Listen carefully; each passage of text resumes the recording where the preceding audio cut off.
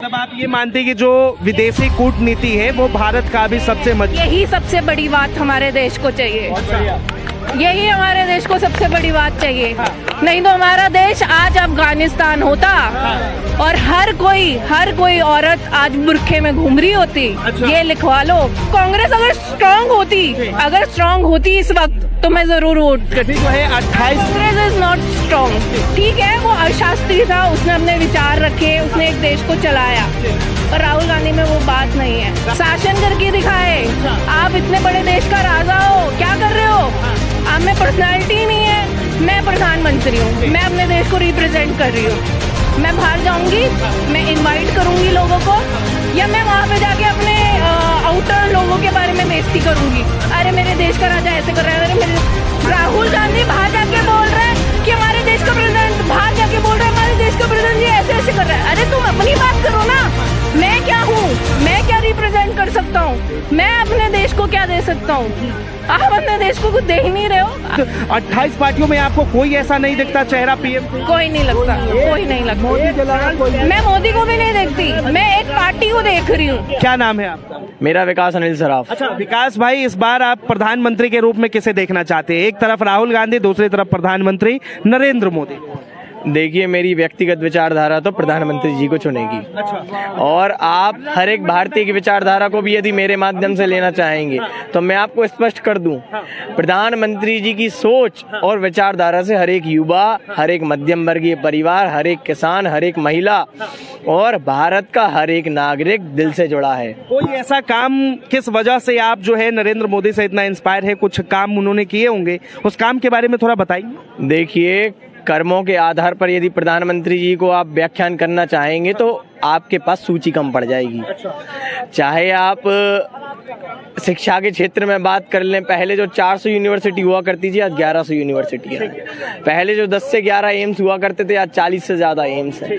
आप चाहे किसी भी क्षेत्र में चले जाएं, रेलवे में, एयरपोर्ट्स में, आपको हर चीज में विकास मिलेगा। हर चीज में विकास मिलेगा। क्या नाम है आपका? मेरा नाम काजल है। काजल, इस बार आप प्रधानमंत्री के रूप में किसे देख रही हैं? एक तरफ राहुल गांधी, एक तरफ नरेंद्र मोदी, किसे आप वोट करेंगे? मैं ऑफ कोर्स सी बात है नरेंद्र मोदी को ही दूंगी। अच्छा, नरेंद्र मोदी को। क्या काम है उनके? क्या अच्छे कोई काम नहीं देख रही, मैं कुछ भी नहीं देख रही।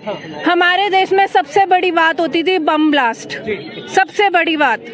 ना उसमें कोई हिंदू देखता था, ना उसमें कोई मुसलमान देखता था। 26/11 हमारे देश में सबसे बहुत बड़ी वो हुई थी जिसमें मुस्लिम भी मरा था, हिंदू भी मरा था। आप कोई भी मूवी भी देख लीजिए 26/11 वाली, कुछ भी देख लीजिए, आप आर्टिकल पढ़ लीजिए। इतने ऑफिसर जो मोमडम्स भी थे वो भी मर गए, सब मर गए। उसके बाद हमारे देश में बम ब्लास्ट नहीं हुआ। ये सबसे बड़ी हमारे देश की आउटर जो सिक्योरिटी है ना, वो बहुत बढ़िया है। मतलब आप ये मानते हैं कि जो विदेशी कूटनीति है वो भारत का भी सबसे मजबूत? यही सबसे बड़ी बात हमारे देश को चाहिए। यही हमारे देश को सबसे बड़ी बात चाहिए। नहीं तो हमारा देश आज अफगानिस्तान होता और हर कोई औरत आज बुरखे में घूम रही होती। ये लिखवा लो। ये होता हमारे देश में। मतलब इस तरह के जो है मुल्क नहीं चाहिए। नहीं, क्योंकि हमारे देश में टूटी फूटी सरकार बनती। संयुक्त सरकार नहीं। देखो, कांग्रेस अगर स्ट्रांग होती इस वक्त तो मैं जरूर वोट करती। जो है 28। Congress is not strong. अच्छा, अभी स्ट्रांग नहीं? बिल्कुल भी नहीं है। उसमें कोई ऐसा नेता नहीं है जो स्ट्रांगली खड़ा होकर कह रहा कि नहीं मैं हूँ यहाँ का राजा, मैं करूंगा शासन। अच्छा।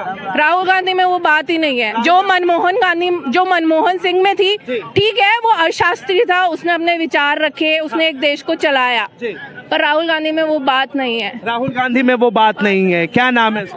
रमेश कुमार। करके शासन करके दिखाए। शासन करके दिखाए। आप इतने बड़े देश का राजा हो, क्या कर रहे हो? आप में पर्सनालिटी ही नहीं है। पहली बात की अब तो राजा कोई है ही नहीं। हाँ, अब तो प्रधानमंत्री होता है। राजा पहले थे। अब प्रधानमंत्री आपको ऐसा होना चाहिए जो आपको रिप्रेजेंट करे। लगता है कि अगर एक चलो, मैं प्रधानमंत्री हूँ, मैं अपने देश को रिप्रेजेंट कर रही हूँ।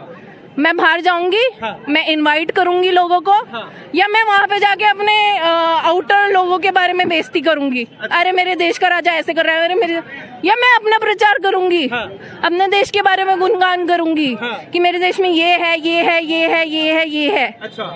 या मतलब राहुल गांधी बाहर जाके बोल रहा है कि हमारे देश का प्रेसिडेंट, बाहर जाके बोल रहा है हमारे देश का प्रेसिडेंट जी ऐसे ऐसे कर रहा है। अरे तुम अपनी बात करो ना, मैं क्या हूँ, मैं क्या रिप्रेजेंट कर सकता हूँ, मैं अपने देश को क्या दे सकता हूँ? आप अपने देश को कुछ दे ही नहीं रहे हो, आप बाहर जाके बोल रहे हो कि नहीं हमारे देश का प्रधानमंत्री बहुत अरे आप अपना बताओ ना यार। अगर आप में वो गट्स है ना, तो आप पूरे संयुक्त राष्ट्र को एकता कर सकते हो। वो कह रहे हैं कि जो सरकारी अगर मैं कांग्रेस में हूँ, अगर मुझे एक पार्टी दे दी जाए, चलो मैं एक देश का नेता हूँ, मुझे एक पार्टी दे दी जाए, मुझे पता ना उसको कैसे कंट्रोल करना है, उसको कैसे बढ़ाना है। राहुल गांधी के पास ये कंट्रोल नहीं। हाँ, कैसे कैसे अच्छे अच्छे नेता ला सकता हूँ जिससे पब्लिक मेरी तरफ अट्रैक्ट हो। आप बताओ, आप एक नेता हो, आप अपने आसपास लोगों को कैसे मतलब कैसे बुलाओगे? ऐसे ही तो बुलाओगे ना, इकट्ठा करोगे, अपने आउटर सोर्सेज बढ़ाओगे, सब कुछ करोगे ना। फिर एक बात बताइए, 28 पार्टियों का अलायंस बना है, उसके बावजूद 28 पार्टियों में आपको कोई ऐसा नहीं दिखता चेहरा पीएम? कोई नहीं लगता, कोई नहीं लगता। मैं मोदी को भी नहीं देखती, मैं एक पार्टी को देख रही हूँ जो स्ट्रांग है, जिसमें ऐसे ऐसे नेता है। योगी देख लो, ठीक है, योगी देख लो, योगी इतना स्ट्रांग। यूपी में मैं एक एक्सपोर्ट में काम करती हूँ, फिर आरोप लगते हैं। मैं एक एक्सपोर्ट में काम करती हूँ। लॉकडाउन हुआ, यूपी में जितने भी कारीगर है वो सारे मोमडन है हमारे वहाँ पे, उनको सबको छूट मिली हुई थी, आप लॉकडाउन में आओ काम करो। लेकिन आरोप लगते हैं कि भारतीय जनता पार्टी की जो सरकार है वो धर्म की राजनीति करती है, उसको लेकर क्या कहेंगे? अरे भाई एक बात बताओ, मैं कहती हूँ चलो आप धर्म की बात कर रहे हो, कश्मीर में सबसे बुरे हालात थे, सबसे बुरे हालात थे, ठीक है, कांग्रेस ने क्यों नहीं हल किए? राम मंदिर का क्यों नहीं? चलो मैं कहती हूँ राम मंदिर भी छोड़ो, ठीक है, राम मंदिर भी छोड़ो, हम उसको भी मतलब चलो वो आप कहते हो ना कि अच्छा, एक सवाल, महंगाई, बेरोजगारी, शिक्षा, इन सब को लेकर क्या सोचती हैं? वो तो पहले भी था, वो तो पहले भी था। मोदी, अरे भाई जब मोदी था, जब कांग्रेस थी तब भी था, मोदी था वो तब भी, और आगे नहीं, आगे कोई भी आएगा वो तब भी रहेगा, क्योंकि जनसंख्या हमारी उतनी ज्यादा है, हर कोई किसी के आगे तो अरे भाई आओ मैं आपको रोजगार देता हूँ, ऐसे तो कोई नहीं करेगा। जनसंख्या रोकने के लिए क्या करना पड़ेगा? अपने घर से आप निकलोगे तभी तो रोजगार लोगे। बिल्कुल सर, अपने घर से आप निकलोगे तो ये तो लोगे। जनसंख्या रोकने की तकरीब है कोई आपके पास? जनसंख्या रोकने के लिए, जनसंख्या रोकने के लिए कानून बनाना चाहिए।